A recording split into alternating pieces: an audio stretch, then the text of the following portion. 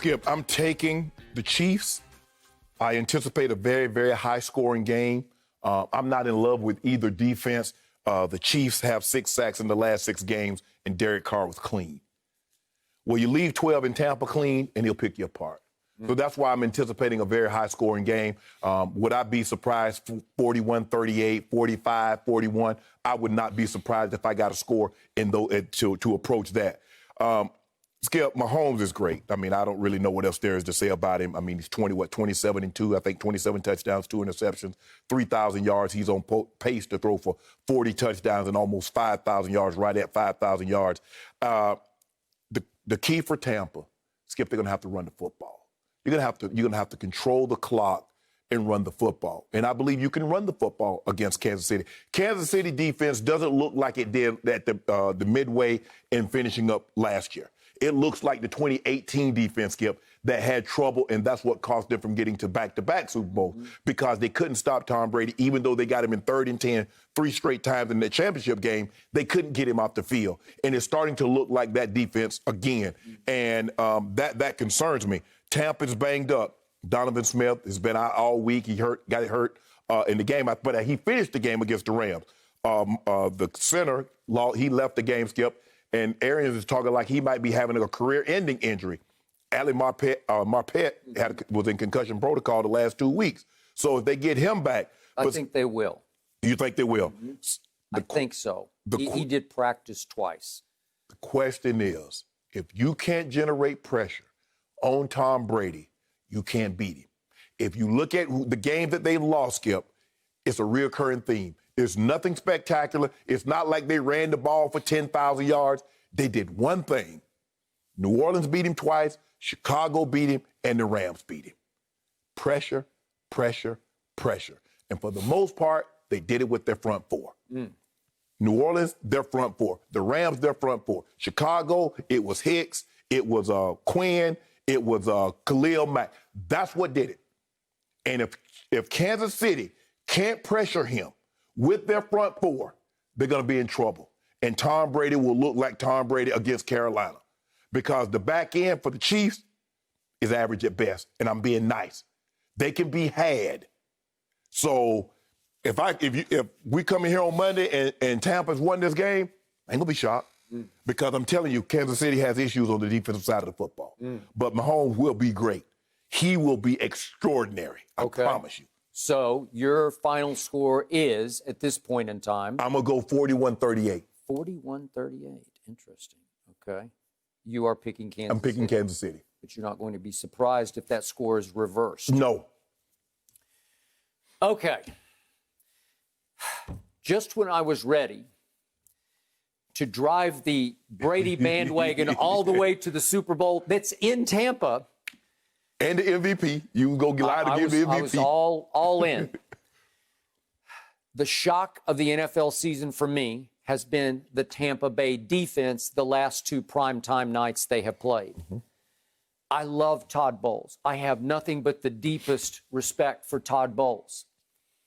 I could not recognize the Todd Bowles defense against New Orleans on a Sunday night, followed by the Rams on a Monday night, both in Tampa Bay.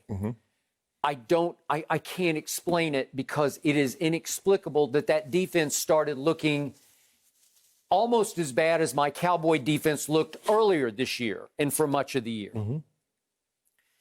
It gave up 420 yards to Drew Brees and never really even slowed him down. No. It gave up 413 yards to Jared Goff, and it slowed him down here and there, but not nearly enough. And when he needed to go get a field goal to win the game, it was just candy from babies. They did not blitz Jared Goff much, and when they tried, he ate it alive. So the defense that has lived and died off blitzes, creative blitzes, especially featuring those 2 inside backers who just wreak havoc. Looping, stunting, coming from everywhere, corner blitzes. Nothing worked against the Rams, and they backed off very quickly on that. So what am I supposed to do with this? The greatest thing about Patrick Mahomes' year so far is he has annihilated blitzes. That's what he's done the best. It's not even close what he's doing. His QBR versus blitzes is 98. That means he's rarely missed a throw against a blitz. Okay, so what Todd Bowles does best is what he eats the most. He eats the most. He lives for blitzes. It looks like he's like his eyes light up because he has the most dangerous receiving core to me in all of pro football because nobody has the electrifying speed of Tyreek. No. And no tight end is better than Kelsey. Listen, he is a wide receiver playing tight end. Yeah. He's so athletic. He and Mahomes have such a wavelength that those are the two best weapons in pro football, and Patrick has them right at his fingertips. And he trusts both of them to the nth degree. Jamel Dean is one of the starting corners. He got concussed in the second half of the Rams game, and he did not practice this week. I'm going to guess he's not going to play. Right. Help me out. What am I supposed to do with this now? Yeah. The defense has been pitiful in 2 straight games. Here comes an even better offense, and a starting corner is not going to play. What do you think's going to happen? Listen, seriously, your man, my homeboy, should be ashamed if he doesn't score 40 points. Seriously, it's on a silver platter to score 40. Skip, you talk about how Todd Bowles likes to blitz, but if you look at when he was in Arizona, what did he have? He had 2 guys, Crow and Pat P, that can go lock people down. So now I can blitz, Skip, because now if you blitz, when you got young guys on the back end that they guess entirely too much and they have lazy eyes because they're not paying attention to the receiver, they're trying to get cheap picks. And next thing you know, guys double move them, guys will run by them. You're like, bruh.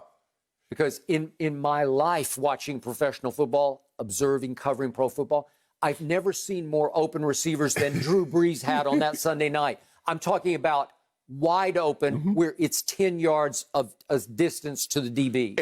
And teams, what it looks like to me is that the teams are trying to put those guys in space. And so Todd Bowles is trying to cover up for them being in space by blitzing them. Skip, they're not cover guys. Those are thumpers. And they want to come downhill and they want to knock people's blocks off. Well, I'm trying to get you in coverage. You don't want them covering Kelsey. You don't want them trying to cover slot receivers up the seam and on the sail route. That's not where they're good at. You want them coming downhill. I am enamored of Antoine Winfield Jr. Yes. He's a great pick, and he will become a great player. Yes. He's a rookie playing safety. And you know and I know he's going to false step occasionally. Yeah. He's going to bite. He's going to be a little late. It's just going to happen. Yeah. So they're not great in the back end. I thought their front end would wreak more havoc than it has wreaked because Shaq Barrett led the league in sacks last year, and he's not on that pace anymore. No, well, Skip, here's the thing. People are like, hold on. Dude got 19 sacks. He might be pretty good. Yep. Let's give him a little extra attention. Okay. And that's what they're doing. They're paying Shaq Barrett a little. They make sure they chip him with the tight end, or they chip his side with the back, or they slide the line his way. Because a lot of times, although JPP comes a bunch, Skip, they don't have a problem dropping JPP in coverage. That's why he has all those interceptions, Skip, because JPP will drop in coverage. Whereas Shaq Barrett, they're really trying to get him to pressure the quarterback. But Skip, you say Tom Brady hasn't been good against the blitz. But Tom Brady has been great when they haven't pressured him. You have to be able to pressure him with 4 because you don't want to sacrifice your back end, especially if your back end is deficient as the Chiefs. Here's what scares me about a Chiefs defense that you don't have the highest regard for. They are ranked 7th in the National Football League in points allowed. They allow the yards, but they don't allow the points. Right. Something's pretty good there. So I don't think that they're a pushover.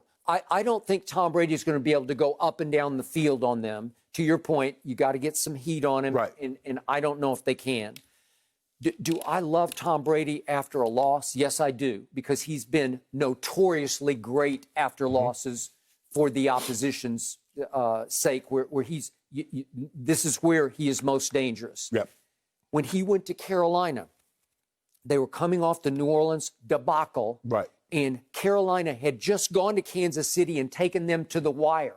It was 33-31 at Kansas City. That's Teddy Bridgewater. It was Teddy Bridgewater, and he had a better QBR, 89 to Mahomes' 83 that day. So he effectively, quote unquote, outplayed Mahomes. So here's Carolina, and I told you on that Friday, man, this is a dangerous spot for them. It's a division game on the road, coming off that sorry effort against New Orleans. Can they dredge it back up? And did they ever? That was Brady masterpiece. So if I give you a choice, I'm going to say, Skip, against the Chiefs defense, I'm going to give you Teddy Bridgewater on the road against the Chiefs defense, or I'm going to give you Tom Brady at home against the Chiefs defense with those weapons. Well, obviously. So to your point, my heart is saying Brady, Brady, Brady. My head is screaming back at my heart, you better be careful here, because can he score 40 plus? Because I think he's going to have to score 40 to win this game. Unless you tell me that Todd Bowles' defense has enough pride that it's one of those days where they dredge up whatever's left of their pride and their passion and their guts, and they just say, that's enough of this. Not in our house this time. Right. Watch this. If they rise up and have one of those emotional, just over-the-top, all-out efforts against Mahomes where they make every play, every moment, they don't make one mistake, they don't give up any big play like bomb plays, and they hang in there, I think Tampa could win this game 38-35. At best, they will hold them to 35. But my head is saying, no, it's going to be 42-38 because Mahomes is going to get that one more touchdown to go 42-38. Yeah. That's what I believe. But in the end, it's not going to be Brady's fault that they lose. And I think even you are seeing that. Yeah. This is going to be a shootout, old versus young. Right.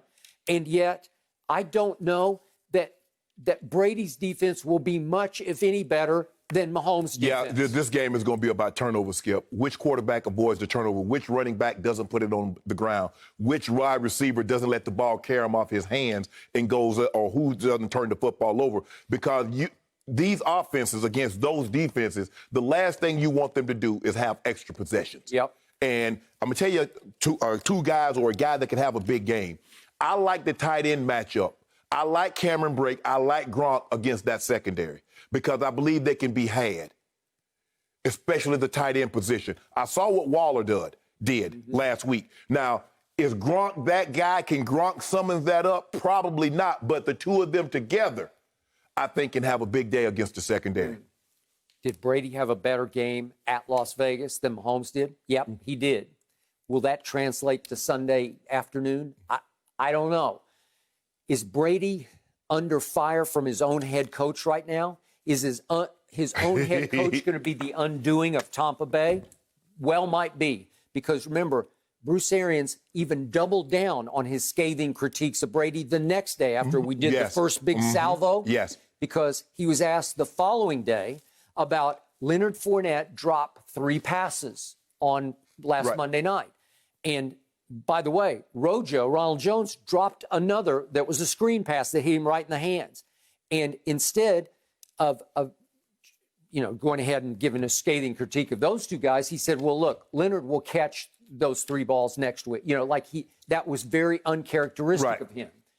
Okay, but they hit him right in the hands.